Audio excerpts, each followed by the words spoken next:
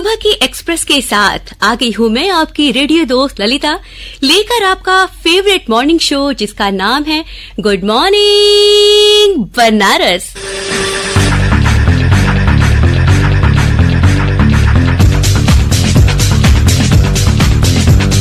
दिन है सुहाना, आज पहली तारीख है। दिन है सुहाना, आज पहली तारीख है। खुश है जमाना, आज पहली तारीख है। पहली तारीख ये जी पहली तारीख है। जी हाँ दोस्तों, आज है पहली तारीख यानी कि 1 सितंबर सन 2022। वो कहते हैं ना कि दिन की शुरुआत अगर पॉजिटिव थॉट के साथ हो तो दिन खास बन जाता है। ट्यून किया है आपने आपकी वाणी आकाशवाणी और सुन रहे हैं आप आपका favourite morning show good morning Banaras मेरे यानी कि ललिता के साथ। कितनी खूबसूरत सुबह है, कभी धूप तो कभी छांव लगा हुआ है, मानो जैसे कि बादल भी सूरज के साथ अतखेलियां कर रहा हो। सूरज जो हमें ही नहीं पूरे ब्रह्मांड को ऊर्जा देता है, लेकिन इसका सबसे ज्यादा फायदा हम इंसानों को ही होता है। क्या आप जानते हैं, सूरज ही विटामिन डी का मुख्य स्रोत है और हमें विटामिन डी की प्रचुर मात्रा मिलती है उगते हुए सूरज की किरणों में। आपको बता दें कि शरीर में विटामिन डी की कमी से हमारी हड्डियां कमजोर हो जाती हैं। हर रोज कम से कम 15 मिनट सुबह की धूप लें तो इससे हमारे शरीर की हड्डियां तो मजबूत होंगी, इसके साथ ही शरीर में नई ऊर्जा का संचार होगा और फिर कुछ दिनों के बाद खुद ही आप फर्क देख लीजिएगा। एक बात और, सुबह के समय में ही सूर्य नमस्कार करने के अनगिनत फायदे हैं। हो सके तो इसे भी अपने जीवन का हिस्सा जरूर।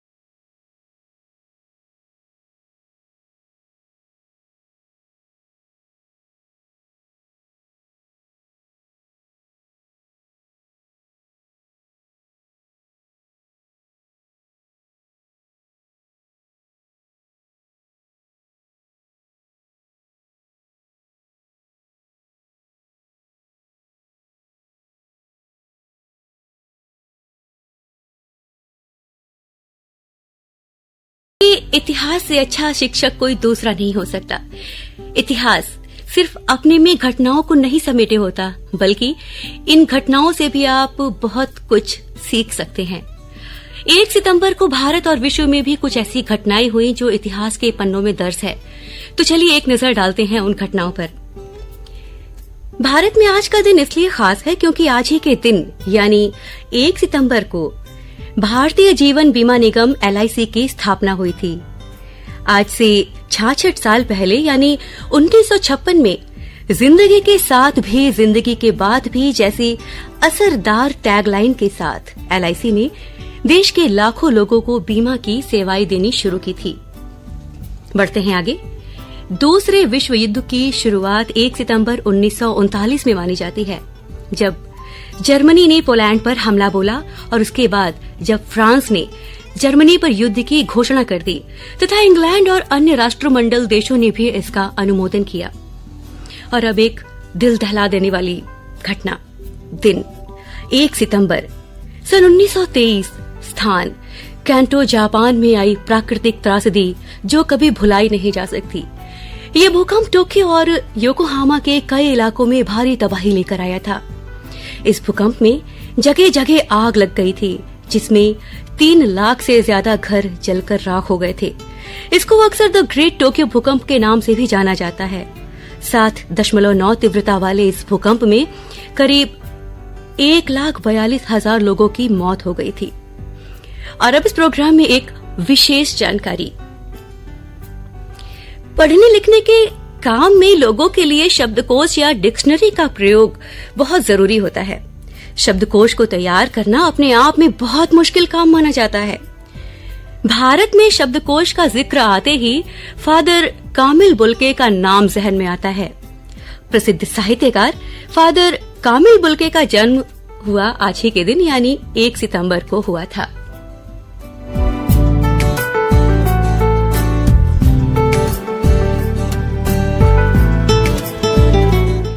संसार में कभी कभी ऐसी महान विभूतियों का भी जन्म होता है जिनका जन्म ही लोगों के कल्याण के लिए होता है।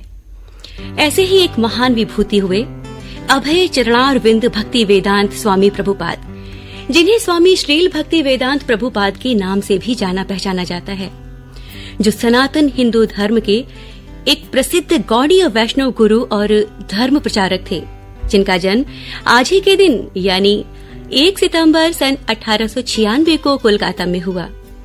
ये भक्ति सिद्धांत ठाकुर सरस्वती के शिष्य थे, जिन्होंने इनको अंग्रेजी भाषा के माध्यम से वैदिक ज्ञान के प्रसार के लिए प्रेरित और उत्साहित किया। वे स्वामी श्रील प्रभुपाद ही थे जिन्होंने विश्व को इस्कॉन के माध्यम से समस्त विश्व को कृष्ण भक्ति का नया सोपान दिया।